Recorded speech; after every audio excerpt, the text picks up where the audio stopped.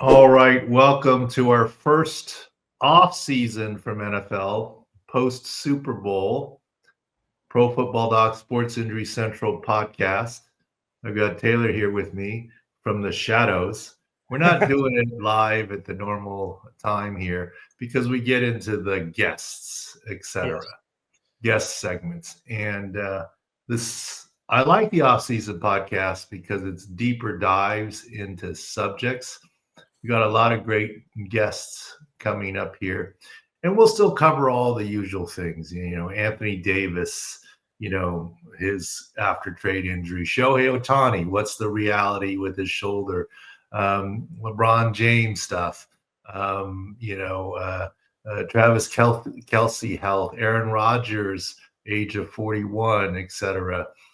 And of course, we're about to roll deep into the draft, but the big topic today, as we discuss things with Taylor and our staff, we said, what's the biggest news in sports today / the NFL? We're NFL more centric, although we do cover all sports. What's the biggest sports story today? I would say it was actually hockey. The That's what I three thought. Yeah. fights within 9 seconds Yep. after the booing of the national anthem. Amazing. A hockey quote all-star, not quite all-star, but hockey getting it. I'd say that's the number one story right now. We can circle back on that. But other than the Rock'em Sock'em Robots fighting part, I guess there isn't a big health angle. I mean, 9 fights within 3 seconds of the puck drop. I mean, there was obviously a statement to be made. And look, I have friends. I mean, my wife has never watched hockey since, I don't know, whatever, but the social media feed, she's like, oh, I like I forget how she said the name of the brothers. Oh, it's Chuck. Yeah, you're gonna get me going. Yeah, I was gonna save this for later, but I just think it's cool because it's a father. He's got 2 brothers. I mean, 2 sons that are they play exactly like him. And then back in the day, he fought someone in the first 20 seconds when Canada USA played. So it's just like father like son, and it's very But cool. that's the number one storyline. And other than I find it, the one thing I'll say about that is, look, I've covered hockey and I get the culture and there's fighters and there's a tactic, hold the one arm off and one arm. But look, if you want the fight to end, all you have to do is go down. Yep. And then so as long as you're standing up, the referees are going to let you go. As like at any point in time, you could drop to your knees, right? And you might take one punch, but the referees are going to stop. You get tired. When they get tired, they both just go down. Exactly. Yeah. So, you can like it, not like it, family friendly, not whole the story, but that might be the number one story. But what else would you say is the big story? And I know we've talked about it. What's the next biggest story in sports? So what you all have to do, Doc, I go on Twitter and you look for different things, right? Obviously, that was the main non-NFL story. The biggest thing I saw, I remember when I was watching ESPN News, the biggest thing was this Jonathan Martin versus Richie Incognito bullying scandal that happened. It was all over ESPN. Multiple people and coaches were involved in it. You look on Twitter right now, it was all this back and forth.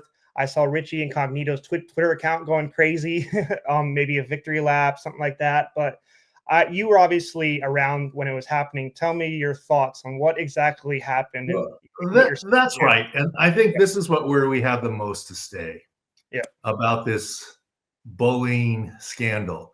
And I don't think we're here to cover what national media has covered. We're here to talk about the unintended consequences. There are a lot of unintended consequences here. And this is what relates to who our special guest for this podcast. Jonathan Martin. The story's been told. You can read it yourself. Obviously, he's had his issues, and we'll talk about it in depth here. And good for him for wanting to set the record straight. We'll get into Jonathan Martin. He's a main protagonist, antagonist, whatever you want to call it, main character in the story. Richie Incognito, whether it's I told you so or tweeting at Adam Schefter and at Mike Florio, Pro Football Talk, whatever he's doing now. See, I told you so. Okay, he's a main character, and he was out of the league for a while, but like Jonathan Martin moved on, didn't want to be part of the league. He made that choice. Richie Incognito wanted to stay in the league. He got booted out for a little bit, but he got back into the league. He revived his career a little bit, yes. Mike Pouncey never got kicked out. Who's the other offensive lineman? John Terry. He just finished. John Terry never got kicked out. Joe Philbin, the head coach, ultimately lost his job, but not directly, only as a result of this. And he's still around. Yeah. Jim Turner, the offensive line coach, was let go. And he had a good career. He went to college and stuff, Jim Turner. And then Zach Taylor hired him back. Mm-hmm. Zach Taylor with the Bengals said, I know who this guy is. Zach Taylor was on the Dolphins staff when this went down. So he goes, I know who Jim Turner is. I know I'm going to take flack for hiring him back for the Bengals, but he's also returned to the NFL. So our guest today that I reached out to was going to be Kevin O'Neill, KO, as everyone knows him, the head athletic trainer for the Miami Dolphins that lost his job over this and never got another NFL job, period. He's been said that he sent his resume to 35 or 40 places, got 3 callbacks and, small-time college jobs. His life and career was severely affected by this. So I want to treat everyone very fairly in this. So I reached out to Kevin O'Neill, and he did allow me to talk about this. And I said, Kevin, a lot of things going on. He goes, yeah. And I said, you want to come on and talk about it all? He goes, thank you for the opportunity, but I have just needed for my mental peace to move on in my life. I'm past this. I don't want to rehash this. It will only bring on other emotions and anger over it. I'm just going to let it go and not do it. But I still felt like this topic was important enough to talk about. Absolutely. And Kevin O'Neill, I asked him, I said, do I have permission to relay some of your thoughts from the conversation and then interject my own? He said, go ahead, but I just don't want to jump on. So he clearly is affected by this tremendously in his career. He's the one guy who never got a sniff of the NFL again, who wanted it. But he is not trying to throw arrows and darts and slings at anybody. He's moving on, right? Or has moved on for his peace and so forth. He's retired, living in South Florida, etc. But Kevin O'Neill was one of the top athletic trainers. The irony of all this, in the very same week that he was fired, remember, there was an investigation. This happened mid-season. Then came the Ted Wells and NFL investigation. So everyone in sports knew about this story. The week that he was fired, he was awarded athletic trainer and his staff, athletic trainer of the year by the NFL Physicians Society at the Combines. So this all went down in the fall. Richie Incognito left, different sides of the story. Everyone knew about it, yet his peers, the doctors, chose to elect him, almost, I think, in a statement, athletic training staff of the year, and yet he got fired in that same week. And we'll get into why and so forth in my thoughts and opinions. But I wanted to talk about the unintended consequences. I don't think Jonathan Martin's a bad guy. I don't think his parents are bad people. Look, everyone's looking at the Richie Incognito, Jonathan Martin. Those are the two main guys. But Jim Turner paid a price. Joe Philbin paid a price. Kevin O'Neill paid the biggest price. He was collateral damage. And he was the scapegoat, right? He was the scapegoat if you look at it from afar. In some ways. And he's the one that never got another job. Now, you got to look at his peers, gave him an award, knowing this was all in the background. Yeah. And he was a longtime athletic trainer for Jimmy Johnson at the University of Miami. Mm-hmm. He went to Dallas with Jimmy Johnson. Then he went to Miami with Jimmy Johnson. This guy is among the most respected athletic trainers. And we'll talk about what he's told me, whatever, secondhand and whatever. But I think we're all about deeper dives. And you can feel bad for Jonathan Martin and what he went through. He certainly went through something, right? And him wanting to set the record straight. And we can talk about that. We can talk about Richie Incognito and what he went through. We can talk about that and others. But I want to, at the end, circle around and really do a deep dive on Kevin O'Neill and what he told me and the unintended consequences. So in the light of now Jonathan Martin saying he never felt bullied and he wants to set the record straight, I can make an argument Kevin O'Neill was the biggest guy wronged in this. Right? His career ended as a result of this. It's not something you can wait like 10 plus years and then wake up and say, hey, let's talk about the truth and not, like you said, not remember the kind of pieces. We can deep dive that a little bit. And I'm not saying that Jonathan Martin didn't go through anything, right? The Richie Incognito voicemail is not great. Yeah, it's not great. To say the least. And by the way, since the news broke, I've talked to randomly a couple of NFL players that are friends of mine. And I didn't actually ask them if I could say their name, so I won't. But we talked about this, and we can get to some of that. I was like, one of the conclusions we said is, how do you define bullying? If you define bullying as anyone making anyone else feel the slightest bit uncomfortable, there's no question that Jonathan Martin was bullying, right? Was bullied, okay? Yes. So is a rookie at the rookie dinner bullied? Well, he's kind of peer pressured into paying for a $5,000, $10,000, $20,000 dinner as the first round draft pick. It's probably what most of those guys don't choose to do. My guess is most guys are perfectly fine with buying dinner for everyone as part of the rookie dinner initiation. I'm the first round draft pick. I do think it crosses over into not great when you're ordering Louis the 15th or whatever it is to go on the tab, right? 1,000 bottles and stuff. Yeah. You know, and not even drinking it and not even caring. Okay. Right. Look, not every year, I've been invited to the rookie dinner before. Not necessarily by the rookie, who I didn't know that well, but by veterans. Come along, you're a part of the team, let's go. I'm like, no, I don't feel comfortable. First of all, it's a player-only activity, and I'm not a player. I'm flattered that they would invite me along, kind of thing.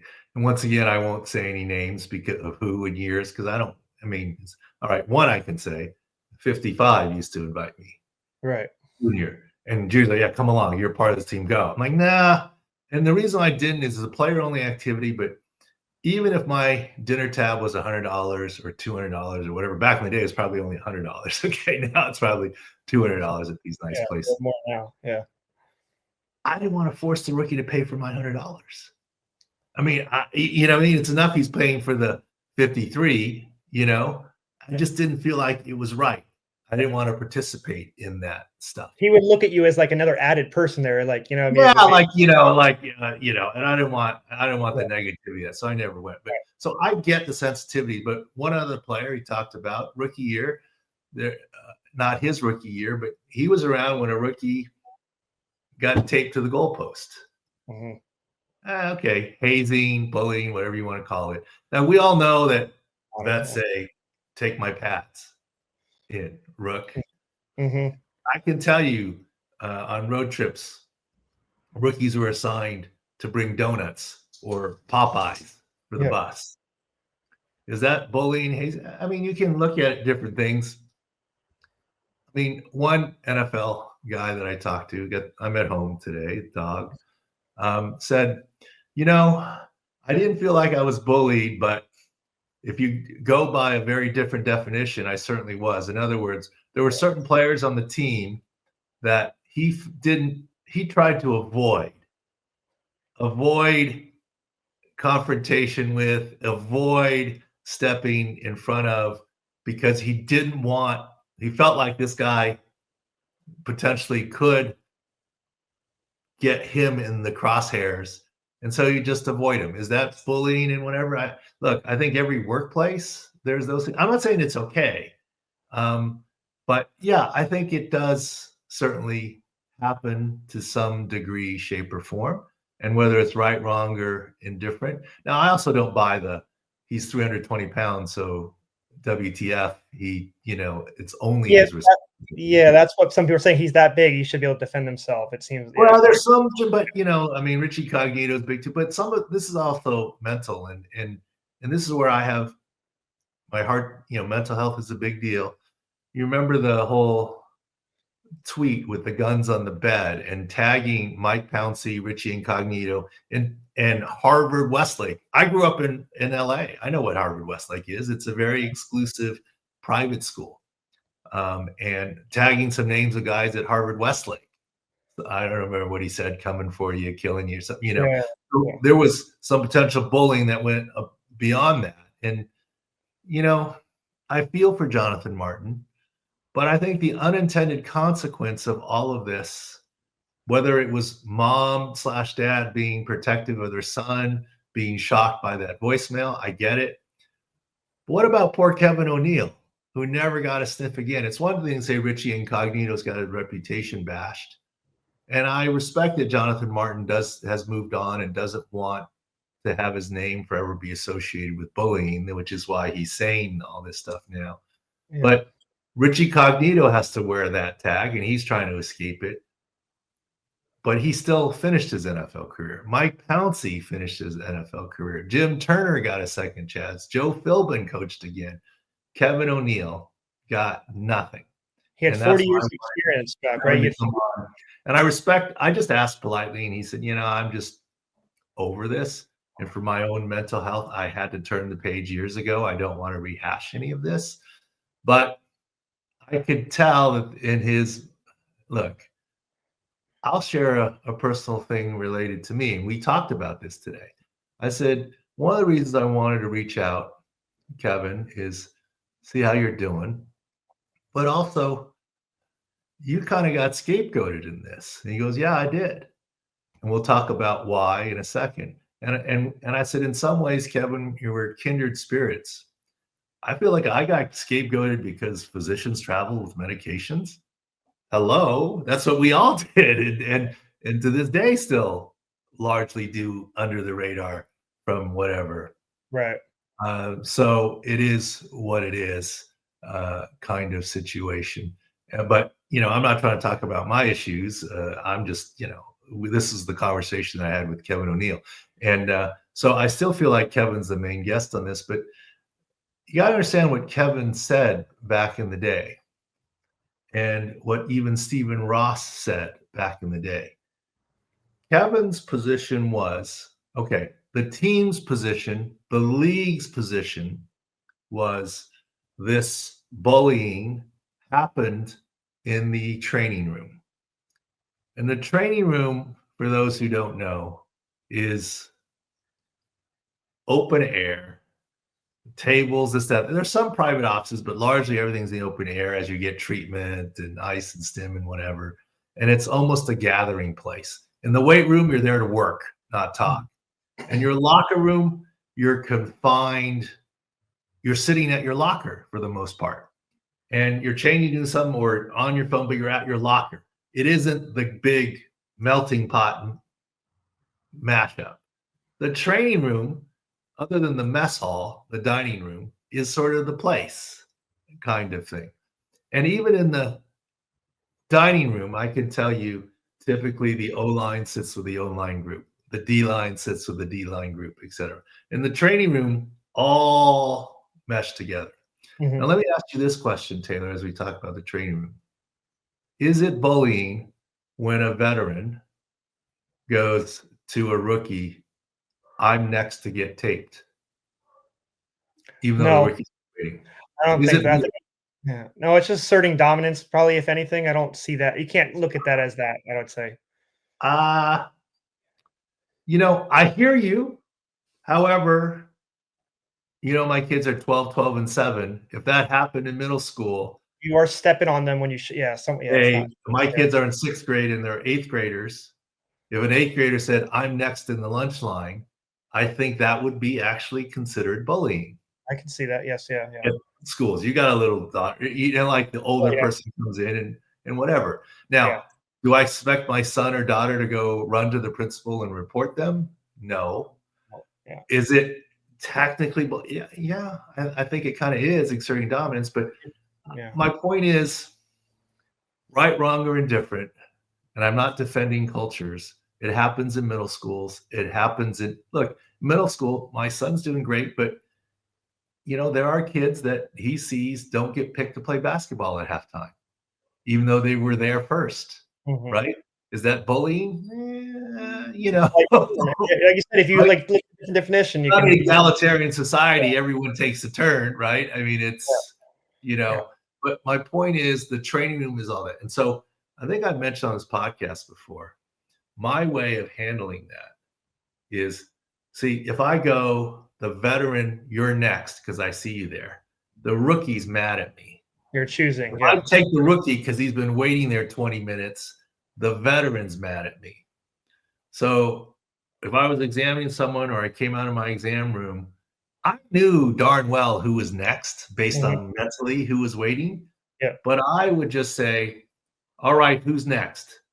And if the rookie said, I'm next, and the veteran didn't say anything, I don't want to hear about how I didn't take care of the vets. If the veteran said, I'm next, and the rookie didn't say anything, then I don't want to hear about I showed favoritism. Yes. Yeah. That's the way I handled it. And I would say, if the vet said, I'm next, and if the rookie didn't like it and they talked, I said, you guys, let me know when you figure out who's next and come on in. Because I didn't want to get involved in showing favoritism either way to what's right or the veterans or whatever. So there's ways, I think, to handle things. Look, players razzed me. You could argue bullied me. But there's ways to handle yourself, etc. I mean, I was going to say one example. It's actually a funny example, but maybe I won't say that.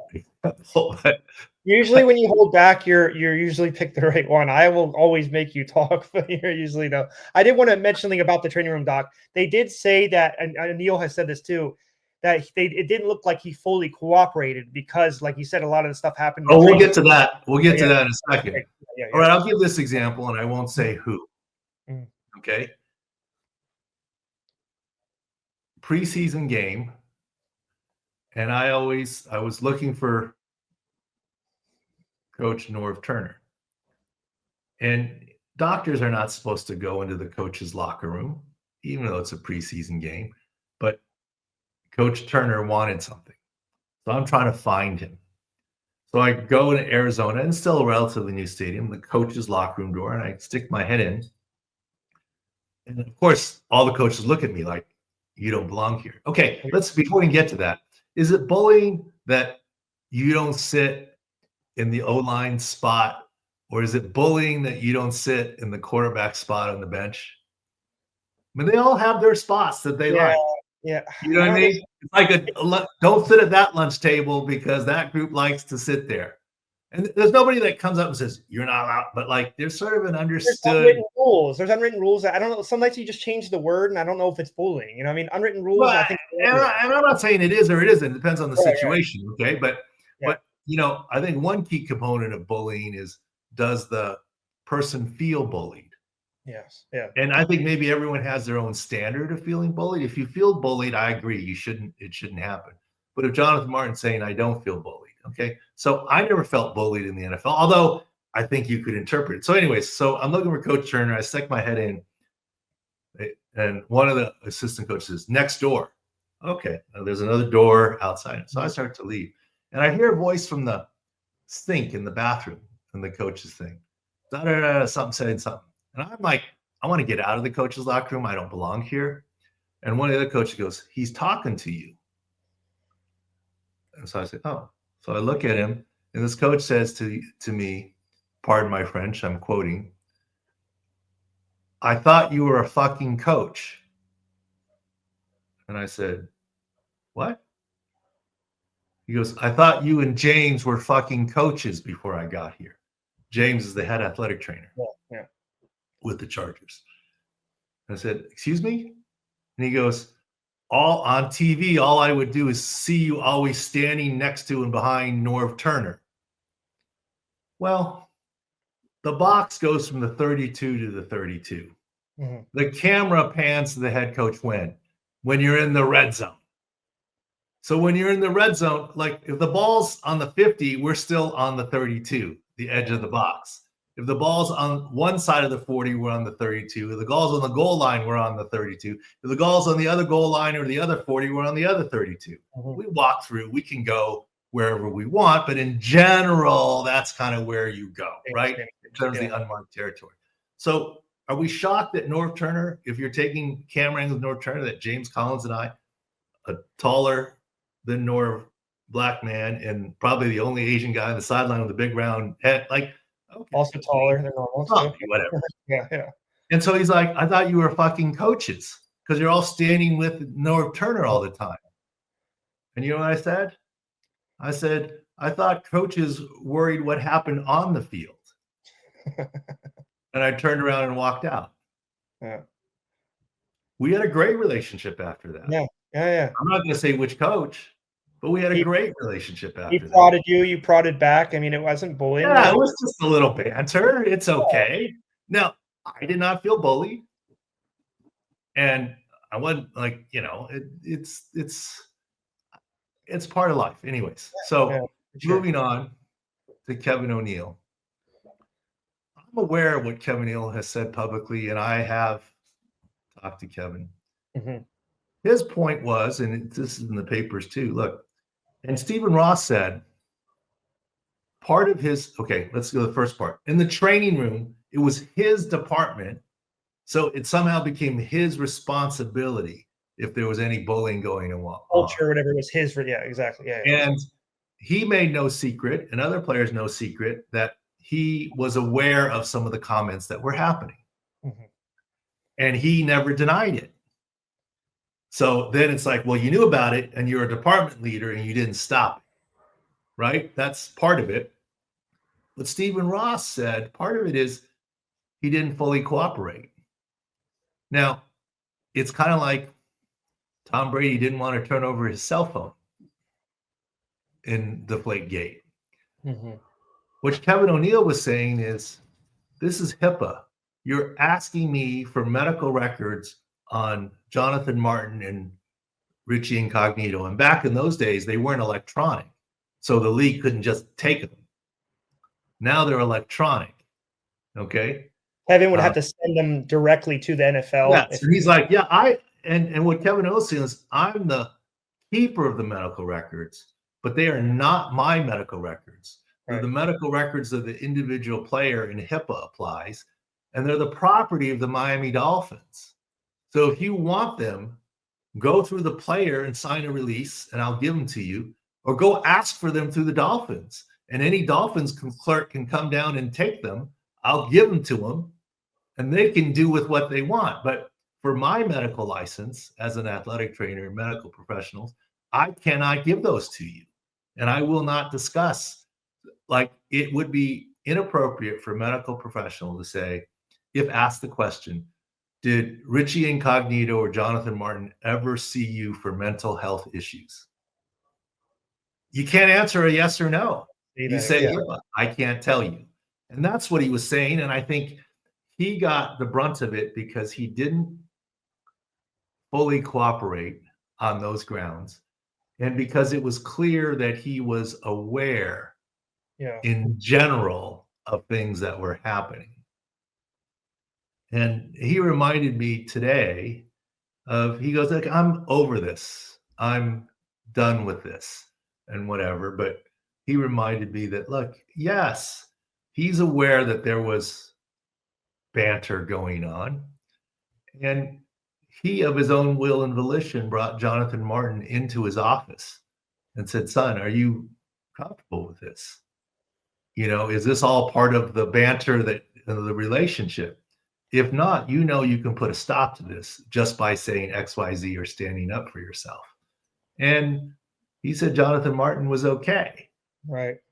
Now, I think where the rubber meets the road, if Jonathan Martin said, "I'm not okay with it, I'm not comfortable stepping up for myself, can you help me?" It doesn't, then yeah, I think that becomes a different story. But that, right. my understanding, wasn't the conversation. And look, I'm not trying to go too deep dive. Clearly, I'm a little bit biased. Well, I want to mention the Stephen Ross stuff, Doc. I'm just trying to give the whole angle of the story. Yeah. I think the guy who deserves the biggest apology in all this is not Richie Incognito. Right.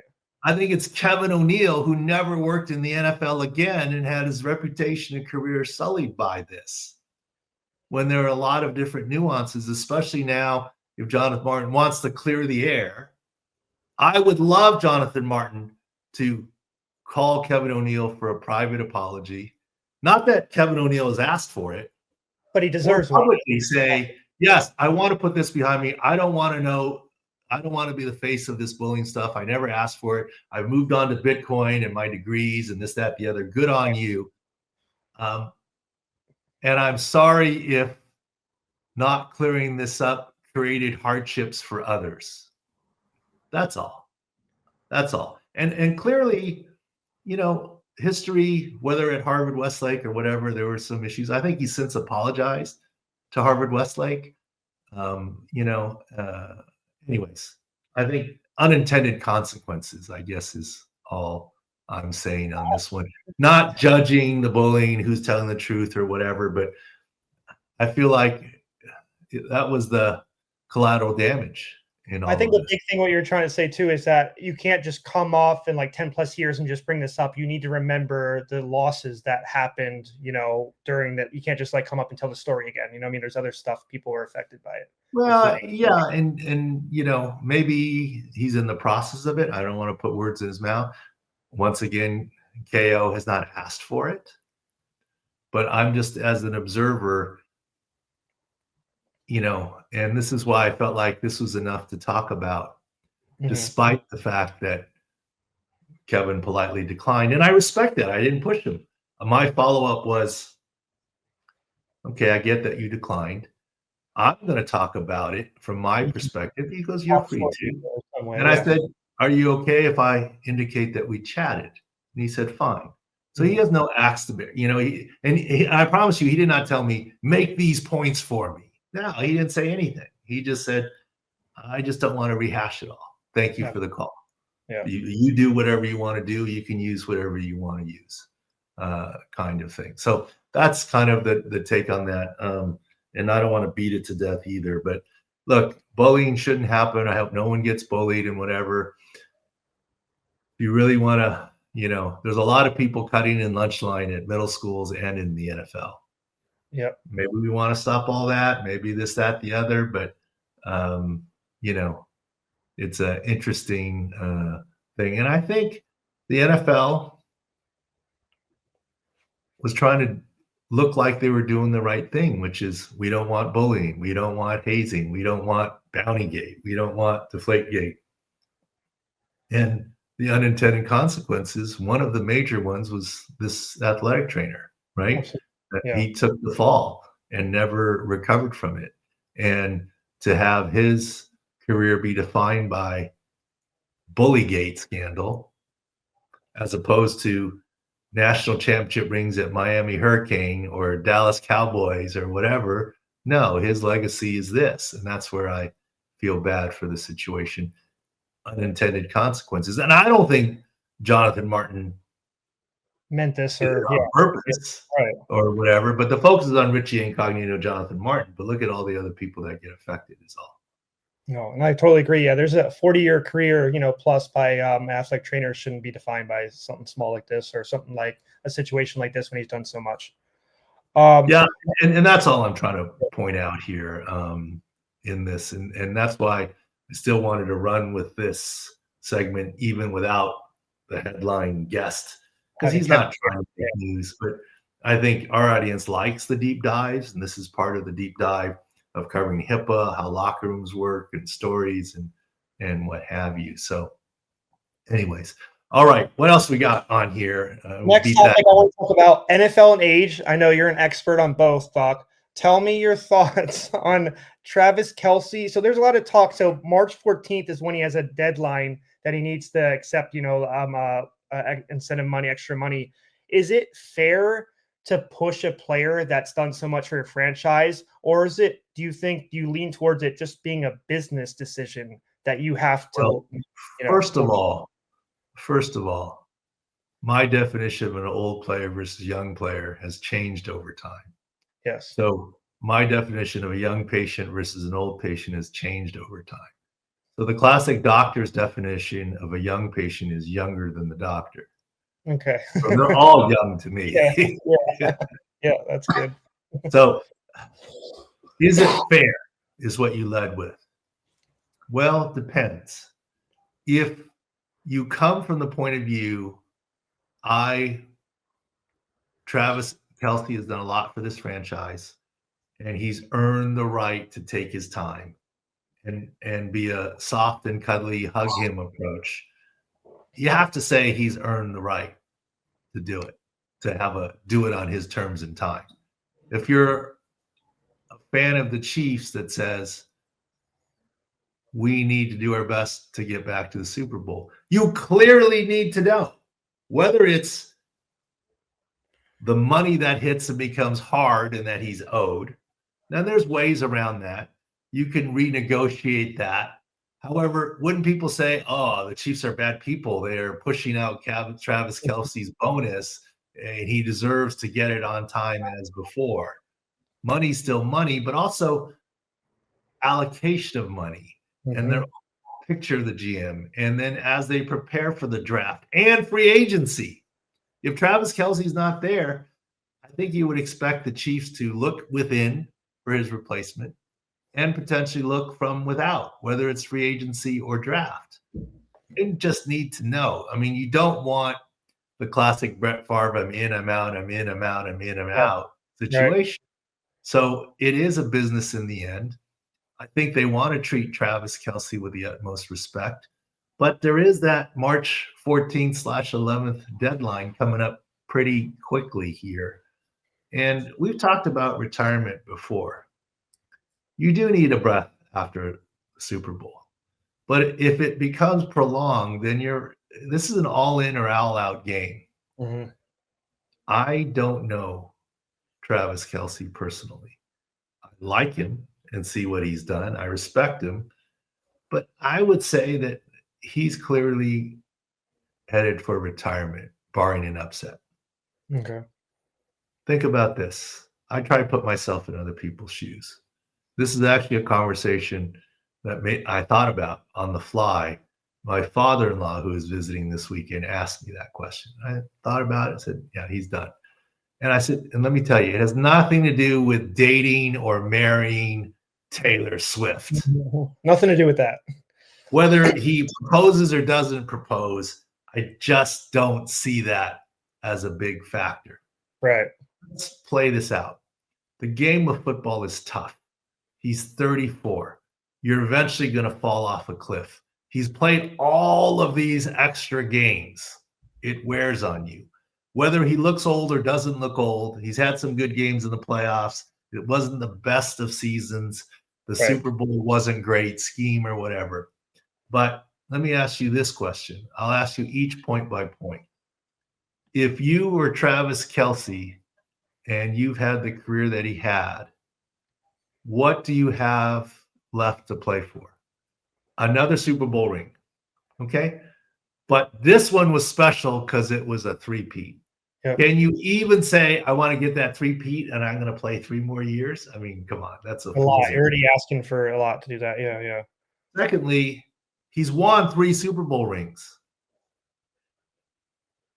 To enter a season saying the only reason I'm playing is to get the Super Bowl.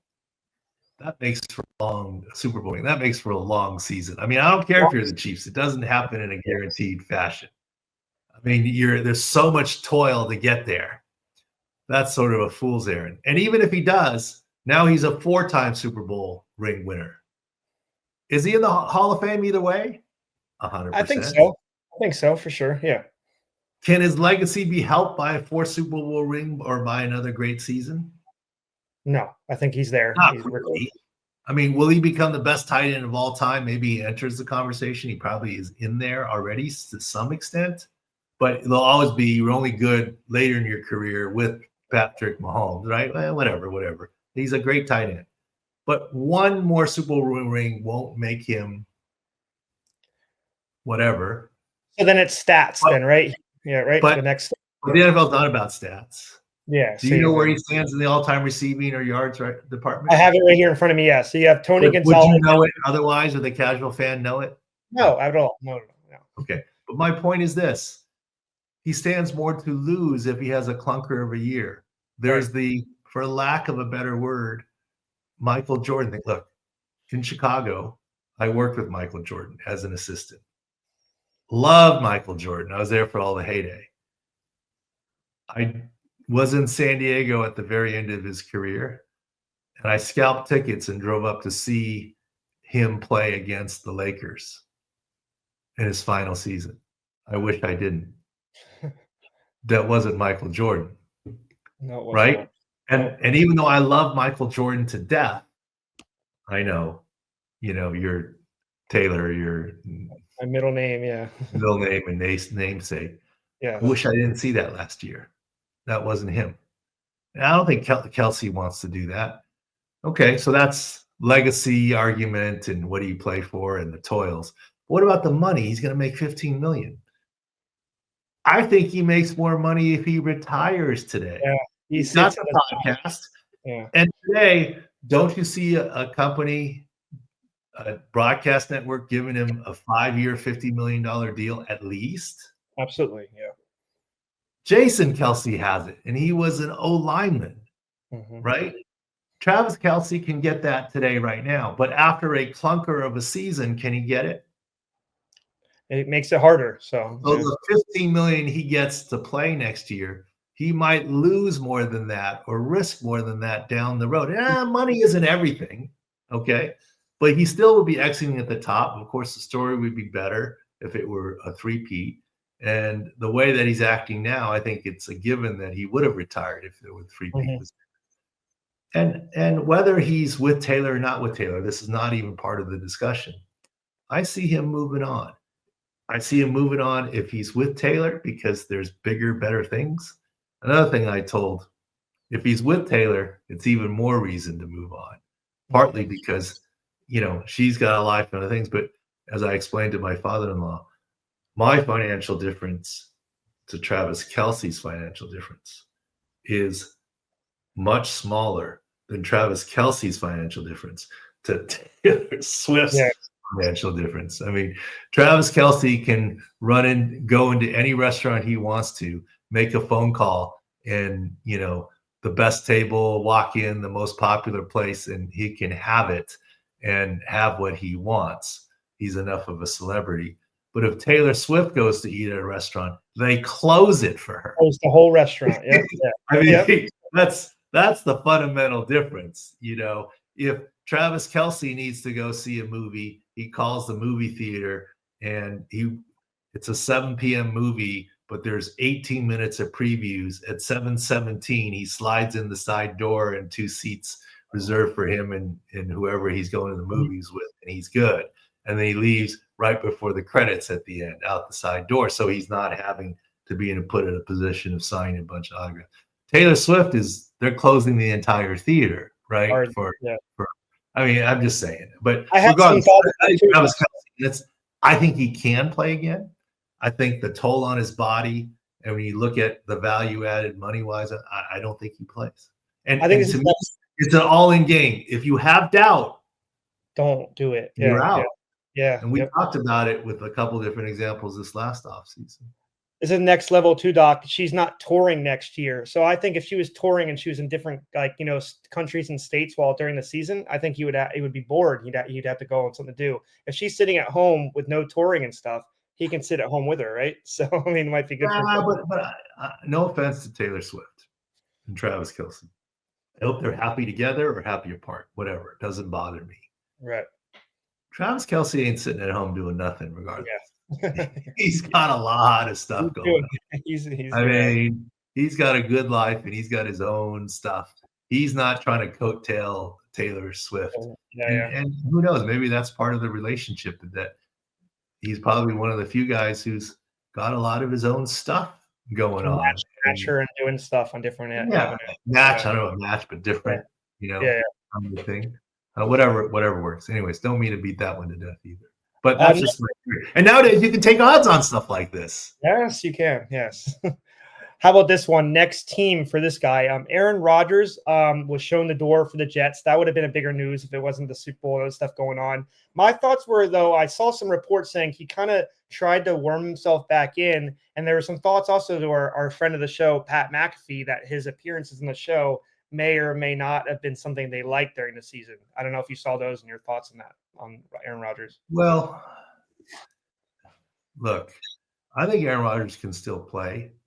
I used to say that Aaron Rodgers was a top 3 quarterback in the pocket and a top 3 quarterback out of the pocket. Mm-hmm.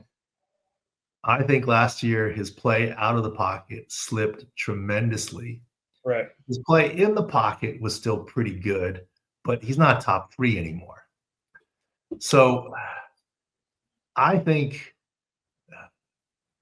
Jerry Jones said it.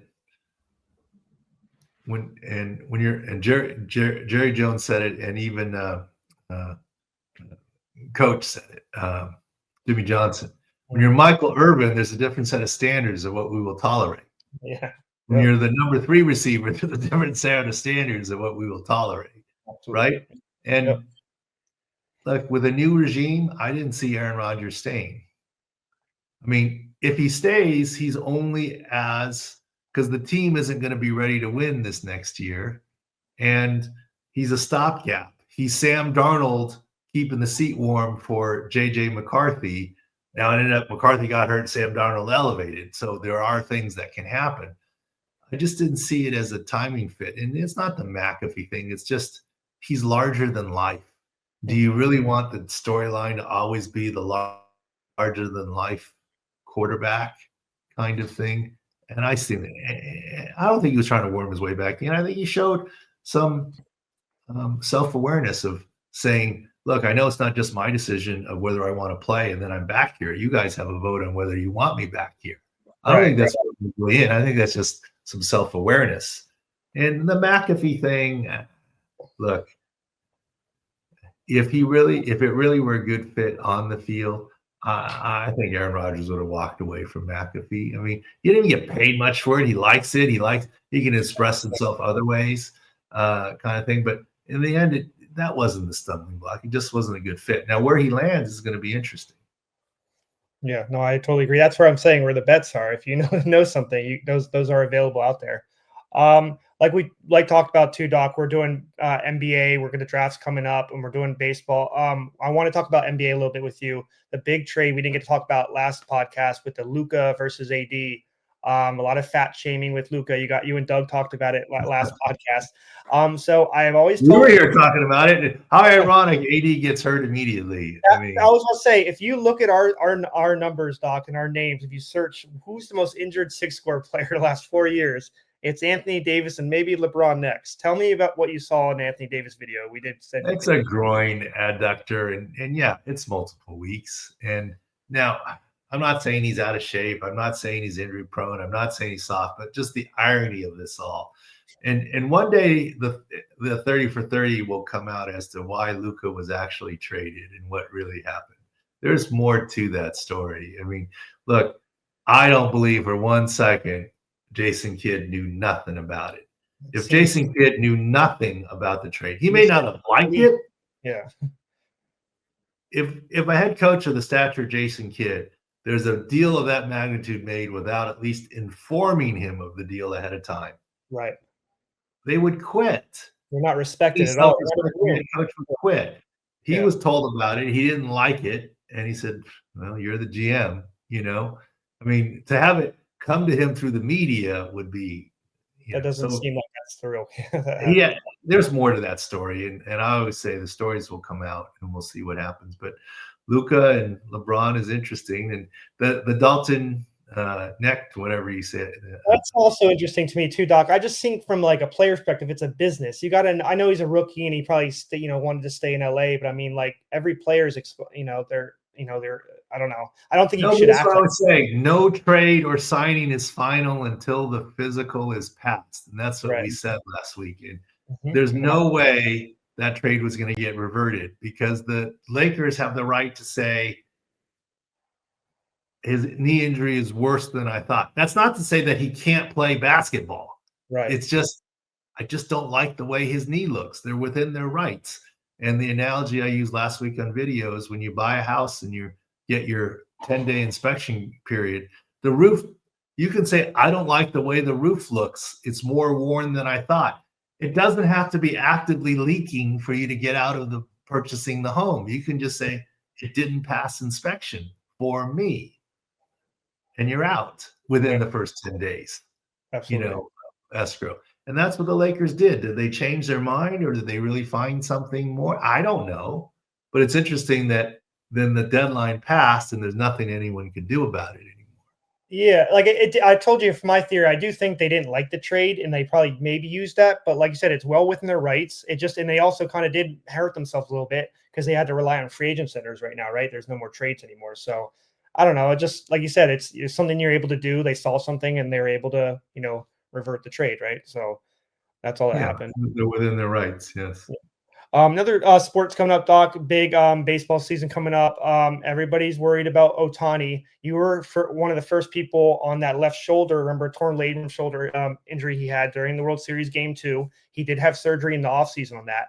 Now there's reports he has been seen thrown off a mound now. Big thing. Dodgers haven't seen that. They didn't pitch at all in his first Dodgers year.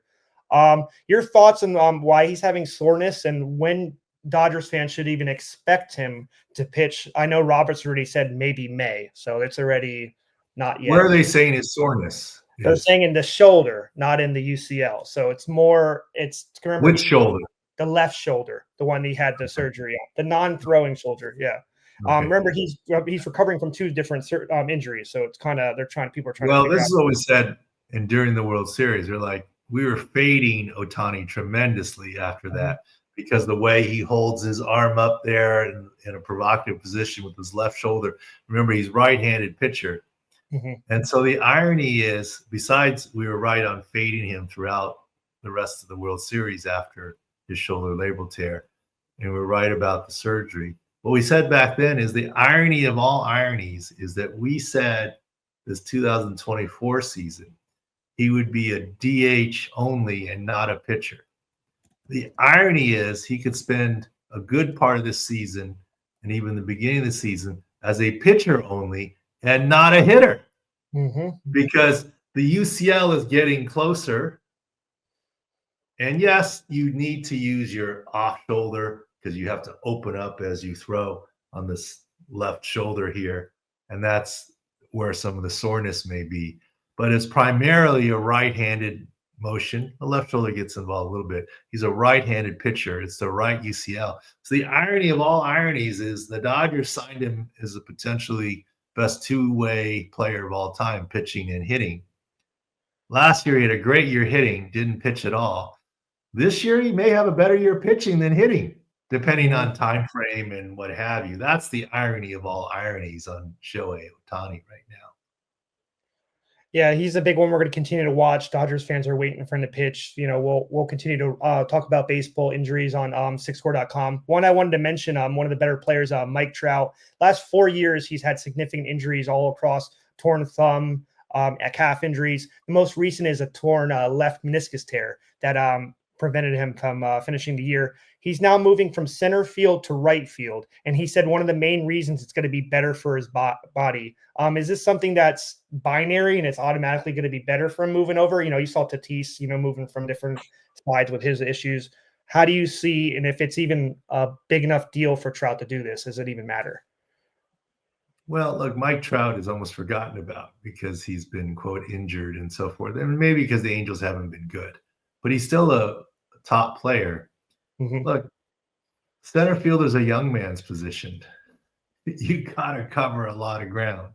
Yep. Right field is less ground to cover. Like the progression is you never go from typically as you get older, right field to center field, right? He still has a really good arm. Why do I say that? Because he's playing right field. Mm-hmm. He's got to gun guys down at third base. He's got a really good arm still. Yep, he But does. Yeah. just with his knee and so forth. And look, you don't move to shortstop late in your career. You move from shortstop late in your career. And obviously the DH is the final stop or first base, right? I mean, you move from catcher to first base, from third base to first base, second base. You don't move from first base over late in your career. You also don't move to center field late in your career. Yes. So, that's in the line of fire. Yeah. It's a natural progression in terms of Mookie Betts is interesting. They do move him from outfield to shortstop, but he actually got injured doing that. So it's like something they don't want to do. And then you saw Bryce Harper. But Mookie Betts, how old is he now? He's in his 30s, 32 to 33. But that's out of necessity on the team, and he's still skillful enough to do it. Like Bogarts this year for the Padres might get moved back to shortstop without Hassan Kim. But he was moved out because of what they had, and he's probably going to move back because of what they have. Whereas Trout is moving there to preserve, et cetera. You remember Bryce Harper, who was in right field. He had that UCL. He's moving from right to first base because he can't even throw that well anymore. That's why you're moving him away completely out of the outfield, right? So that's an injury thing too. I do want to go just mention, Doc, our college basketball stats. We're doing all sports. 32 units and sick picks, and our 3 stars are up 62%, which is very good. NBA is holding it on as well. I keep saying basketball is probably more actionable because every player is like a cluster injury, and that's what we keep talking about. And I should stop talking about this as the Pro Football Doc podcast. It's Sports Injury Central podcast. Look, we led with NHL, then talked about NFL, then baseball and basketball and whatever. March Madness is around the corner. Lots of exciting stuff. Lots of reasons we're year-round here at Sports Injury Central. Yes, the picks and algorithms and the basketball stuff gets better and better. We know the football stuff's always been good.